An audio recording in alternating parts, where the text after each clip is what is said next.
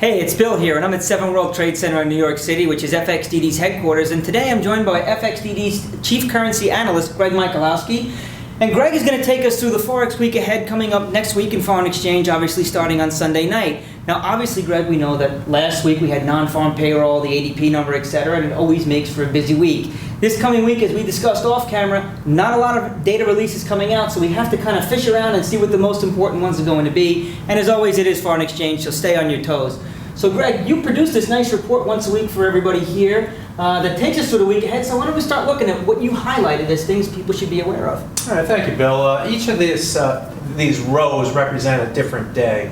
And what I try to do is take the top 3 economic releases for that day. Okay. Now you'll find that in some of these days I was kind of stretching to find a top release. I felt that a little bit. Nevertheless, let's work our way through it, and then at the end we'll take a look at the events that might influence the market's movement. Start off on Monday with Swiss CPI. Now, what traders should be aware of in Switzerland is the Swiss National Bank is concerned about inflation, not necessarily inflation, but deflation. Looking at those numbers on a month-on-month basis, Bill, you notice a trend. Lots of negative numbers there. Numbers below the 0 line right there. Indicative of lower consumer prices. This is what the Swiss National Bank is concerned about. This is why they come in and try to weaken their currency to bring actually some inflation into their economy. So if we see some more negative numbers as far as CPI, you're going to have some concern from the Swiss National Bank and perhaps some jawboning to try to get that. And that's 3:15 Monday, and that's New York time, Eastern Standard Time, as you like to say. Eastern time. Gotcha. Second most important release, or the next important release on Monday is EU Centex Investor Confidence. This is a 0 line right here. Lots of negativity as far as investor sentiment there. Indicative of the economy within the Eurozone. In fact, pretty low numbers here as far as from a historical standpoint. So it's not boding well. You know what's funny, Greg, is I was looking through this prior to our segment. I was wondering, it just seems like the whole world is feeling the pinch. The whole world is feeling this down economy. So we're not the outlier here in the States. It's a global phenomenon right now. Absolutely, and they're feeling it a lot in the EU, and it's showing up in some of that data there. New Zealand business confidence, a little bit more positive here, but the trend, this is a quarterly report by the way, the trend over the last year has been to the downside as well, and in fact the last quarter we went below the 0 line there at -4%. Now would you expect this to continue on a downtrend? Well, that region is being affected by China, and New Zealand is reliant a little bit on export market to China, and so it could see some. New Zealand, Australia, the commodity currencies, Canada, I guess. Who would it be? Is that 3? Yeah, those are the commodity currencies, but New Zealand's a different animal because a smaller country which has lots of activity, export activity to the emerging countries. Understood. UK manufacturing production, so kind of a seesaw pattern there, 1 month up, 1 month down. We'll see how it all plays out. Last month had a nice increase of 3.2, but look the month before -2.9. It's not necessarily great to have manufacturing production somewhere around 0. You want to see it a little bit more than that.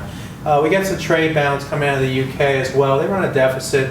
Typically, if the number is more negative, it's going to be worse for the cable. You'll see that currency pair move down. If it's a little bit more positive, like we saw here last month, we've seen a rally here in the pound sterling of late, and that might be reflected. So this chart pattern here of negativity is not an uncommon pattern for the UK? No, not at all. They're net run a deficit on balance like the United States. Okay. Westpac consumer sentiment, I'm filling in here. Greg, you're reaching. I know. So it comes out of Australia, or it's an Australian sentiment index, but it is more of a filler than anything else. Tuesday's a quiet day. Tuesday's a quiet day, so we're not going to pay too much attention to Tuesday, but as we say, folks, it is foreign exchange. Always be on your toes. I continue that theme with wholesale inventories. This is our first U.S. data that reaches the list here. Wholesale inventory is not necessarily a real market mover, but anyway, it is what it is. Japan machine tool orders. This is the one that I'm going to be more concerned about here on Wednesday, 8:30 p.m. Australian unemployment change. This shows the number of jobs gained or lost. Also, we're going to have the unemployment rate and all the statistics that come along with that. Right. Reserve Bank of Australia cut their rates last week in a surprise move. So they're concerned a little bit about their economy. You can see if we get more unemployment from Australia, could cause the market to think more in terms of easing down the road. In line with this. A, how surprising was the move to cut the rate in Australia? And B, how much weight does the unemployment number hold in Australia to their economy in the way or in comparison to the U.S. economy? I think employment is always a key release, no matter what country. Now, the answer to your first question. Last week's Reserve Bank of Australia cut was a big surprise. Only 9 of 20 economists had predicted a cut. So 33% of them were on the right side of the ledger. So it kind of took the market a little bit by surprise, and we saw, as a result, the Australian dollar get a little bit hurt. Gotcha. Okay, how do we round this out?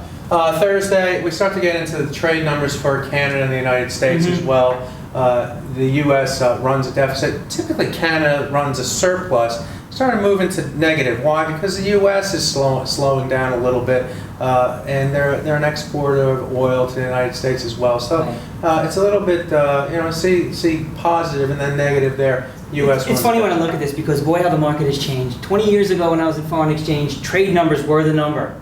And now how the economy has changed, now it's the employment numbers. And eventually one day it'll be the trade numbers again when all this settles down. It's just an interesting cyclical cycle, I guess the word is, that the economy runs through. It's very interesting. Yeah, they used to worry about the trade balance more, but now the capital flows from the trade deficit. They're starting to move back into the United States, and they're not as worried about running a deficit. Initial plans for unemployment continue the employment cycle. EU industrial production, PPI, and Michigan consumer confidence.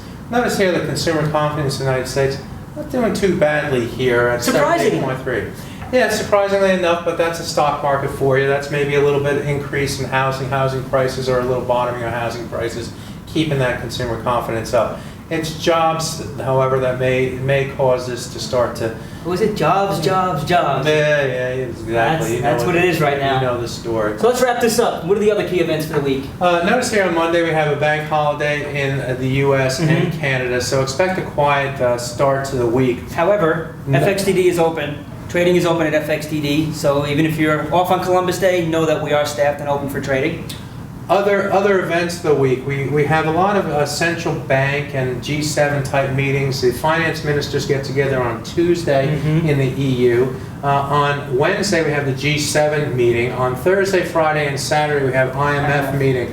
So all of those have the potential to have some comments from officials coming out. So we're going to have to be alert for that. On Wednesday as well, we have the U.S. Fed Beige Book. This is an anecdotal report, if you will, put together by one of the Fed regional banks that's used by the Federal Reserve and the FOMC as they debate their interest rate decision at their next meeting. So I'll give you a nice little snapshot of the U.S. economy. Well, perfect. Well, there you have it, folks. There's FXDD's Week Ahead in Foreign Exchange, and obviously you can get this sent to you via email. Email us at salesteam@fxdd.com, and we will send you a copy of Greg's PDF. Well, Greg, as always, thank you very much for coming in. It's good to see you today. Everybody out there, best of luck in your trading, and have a great day.